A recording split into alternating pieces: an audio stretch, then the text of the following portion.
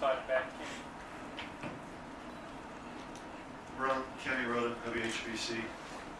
Defensively tonight, what was the key to shutting down DeRozan, and how happy are you with the defensive effort through the first two games? Well, we have a game plan. We just try to execute it. It wasn't always perfect. Valanciunas had it going. Kyle got some couple of great looks. Serge got some great looks. Trying to make it tough on all those guys, not just DeRozan, but coaching staff is giving us a game plan every day, and every game.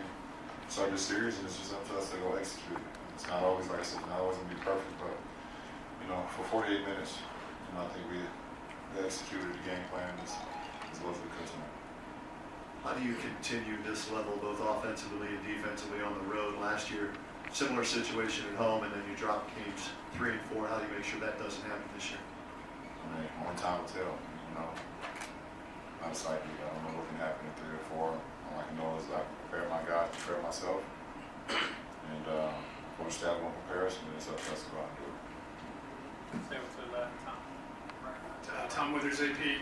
Ron, it's not like you've eased into playoffs in the past, but you've really come out full throttle personally in these first 6 games. Has that been your mindset since the get-go here? I don't know. I'm feeling pretty good. And my teammates do a great job of putting me in position. My coaching staff do a great job of putting me in position to be successful. And I put in a lot of work on my craft, and I did the results. So, just blessed. I'm able to make a few plays tonight that help us win another game. Todd was saying that put JR in a different defensive assignment has freed you up. Has that been the case to do things at both ends? I can do both. I love Todd, but I can do both. David McMenamin, ESPN, sticking on JR. He only shoots 4 shots tonight, but DeMar's held 5 points. How much has he been able to affect this start to the playoffs for you, the way he's played defense? Well, he's given an assignment, Coach Luke. I challenged him, gave him an assignment on Paul George in the first round, and on DeMar, two of the best 2 guards that we have, especially in Asia Conference, not the whole league. He's accepted the challenge. We've tried to just communicate on the back line, defense, second and third of the defense, and just let him know that we're protecting him, or what's coming up, or what's going on behind him, and he's taking the challenge. So I just want to continue to do that. JR, definitely made himself into a 2-way player, and we said that all last year. We said in the off season, and because of injuries, he didn't get much of a rhythm for the regular season, but I feel like he's back in the form where he left off last year in the postseason. Yeah. Joe Barton, Cleveland.com. Brian, we ask you these questions all the time when you reach another milestone, but you're really getting into rare air here. You passed Kareem for second all time in playoff points. When you hear that name, the only guy left is Michael. Like, what goes through your mind? Just blessed. Very blessed, and I'm taking advantage of the opportunity I've been given. It was always my dream as a kid to be a part of this league. And, once I seen I had a gift, and once I seen I had mentors and people around me that was going to allow my gift to flourish, I didn't take it for granted. And I still don't. Even at 32, I've been in this league for 14 years. I don't take the opportunity for granted. I've had some great teammates along my 14-year career. Been in the postseason for 12 straight years. So those guys and the coaches have put me in a position to try to be successful. It's up to me to go out and do it. And so when you hear a name like Kareem, a guy who's done so many great things, not only as an individual, but as a teammate, won championships in the 80s and things of that nature, and how many points he's put up. This is somebody that you read about and get an opportunity to actually watch him play growing up, but I just read about his accomplishments and things he was able to do. So that's pretty cool. Jason Lloyd, The Athletic. There's been a lot written and said over the calls that you do and do not get, and trips to the foul line and all that. 21 tonight, and throughout this postseason, your numbers, your trips to the foul line have been up over what they were in the regular season. Are you notice the officials calling you differently, or are you making more of a concerted effort to get to the line, or how do you explain the rise in your free throws in this playoffs? I don't know. I shot 2 3-point. I don't think I do that all year.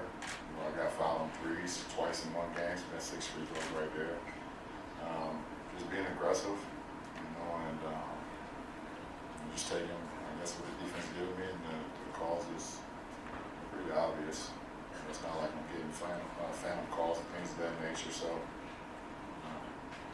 21 free throws. I can't remember the last time I shot that many free throws, but put me in a rhythm, put our teammates in a rhythm. Worked to our favor. I think sometimes there's obvious ones that don't get called. You could say that it's obvious, but you've had complaints in the past that it's obvious. Yeah. There was a couple that didn't get called tonight too. But I'm okay. We got the win, that's all that matters. Chris.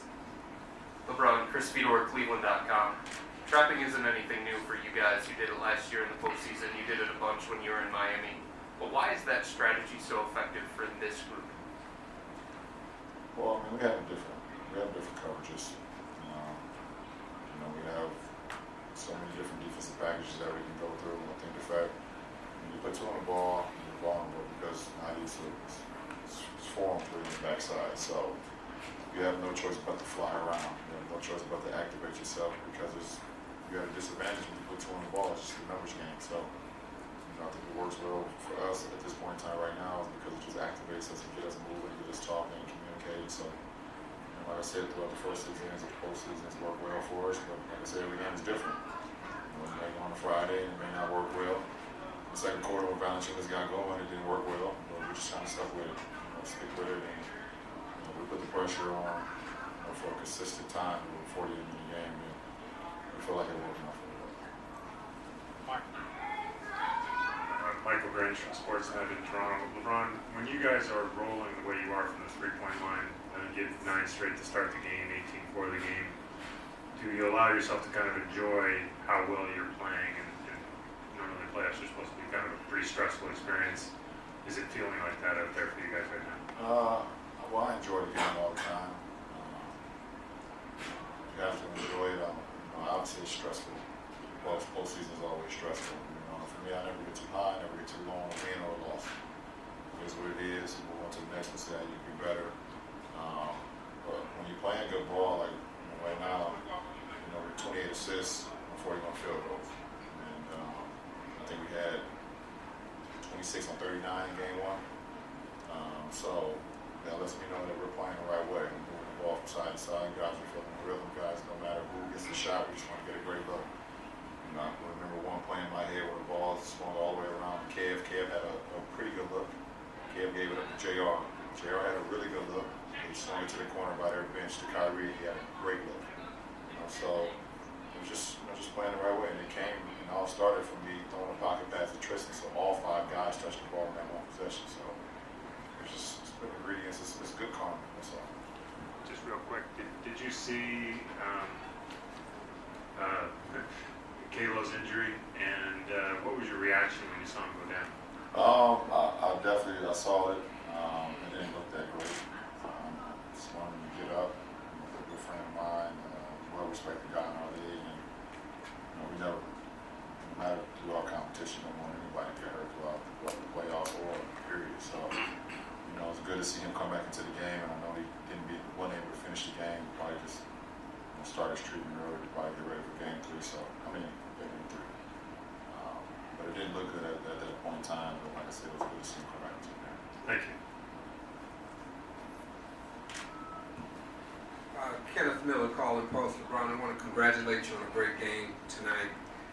But I want to ask you a non-basketball question. You are and has been as socially responsible and aware as any athlete, modern athlete there is. What are your thoughts on the Adam Jones situation that happened with the Red Sox?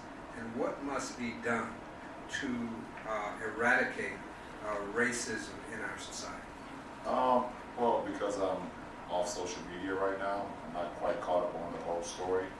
I got a little bit of it yesterday because I was actually watching a baseball game and I seen them give him a standing ovation. But when I watch games, I don't listen to the audio, so I didn't even know what was actually going on. It's a delicate situation. Racism, we know, exists. You try not to put yourself in a position, and for me as a father, I'll try to just give my kids the blueprint on how life is going to be, but at the end of the day, I can only tell them so much, and then they have to go out and live it themselves. For me, just try to be respectful for one, respectful to others, and I feel like if you do that consistently, then I believe the karma will come back to you. And with the Adam Jones situation, I don't know who said it or what happened or the whole community in Boston, whatever case it may be, and I've heard a couple athletes say that you expect that when you go to Boston. For me, I've been to Boston, I've played in Boston a lot. I just try to have tunnel vision when I play. I can't recall me ever hearing something that was racism towards me. But I think it was great that the other guys spoke up for him, not even on his own team. I think the guys from the Red Sox spoke up for Adam Jones, saying like, "Hey fans, we need you guys to, this is a situation where you guys need to have a standing ovation. Please do that because it's not great for sports. It's not great for society. You got guys like Martin Luther King, who all he talked about was trying to unite all of us, no matter the color, no matter the race, no matter the shape or size. So, we know it's going to happen racism is going to be a part of time forever, I believe. But I think for us, people that have opportunities to have a voice and people that have an opportunity to have some play on the youth that's coming up, we have to lead them the best way we can, and we have to live with the results. So hopefully I was able to answer your question, but it's a real longer conversation, but if we can keep the conversation going.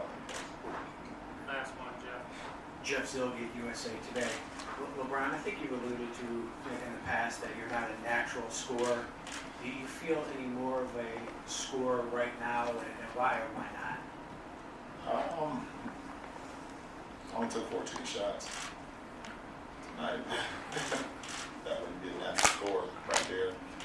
I'm a guy who just try to play the game the right way. If I drive and another guy comes to me, then I know the numbers game. I mean, we have a 4-on-3 advantage. If I drive and I get past my guy and no one comes, I try to lay it up or dunk it or whatever I'm blessed with, at that point in time. But I'm playing a lot of games inside the game when I'm playing. But I believe my best attribute is how much I care for my teammates and how much I want to see those guys succeed. And that comes from passing the ball. So I put the ball in the hole a little bit. And this one's just a little offbeat. I know you enjoy passing. You had a few screens tonight that led to buckets. What kind of pride do you take in setting screens that maybe you didn't appreciate earlier in your career? I think Coach Spo did a great job of once I went to Miami of changing my game a little bit and seeing ways the whole team could benefit. When my first thing here, I was primarily a ball handler, getting guys involved, things of that nature. When I went to Miami, it allowed me to kind of get off the ball at times because D-Wade can handle it, Rio can handle it.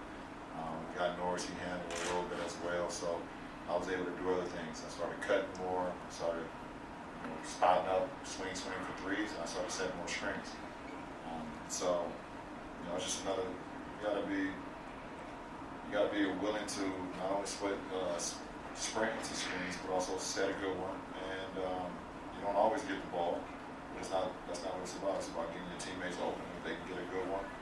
Like D. Will was able to get in the second quarter. We got a pull-up jumper, easy, off my screen, and I'm all for it. So I'm also taking charges too.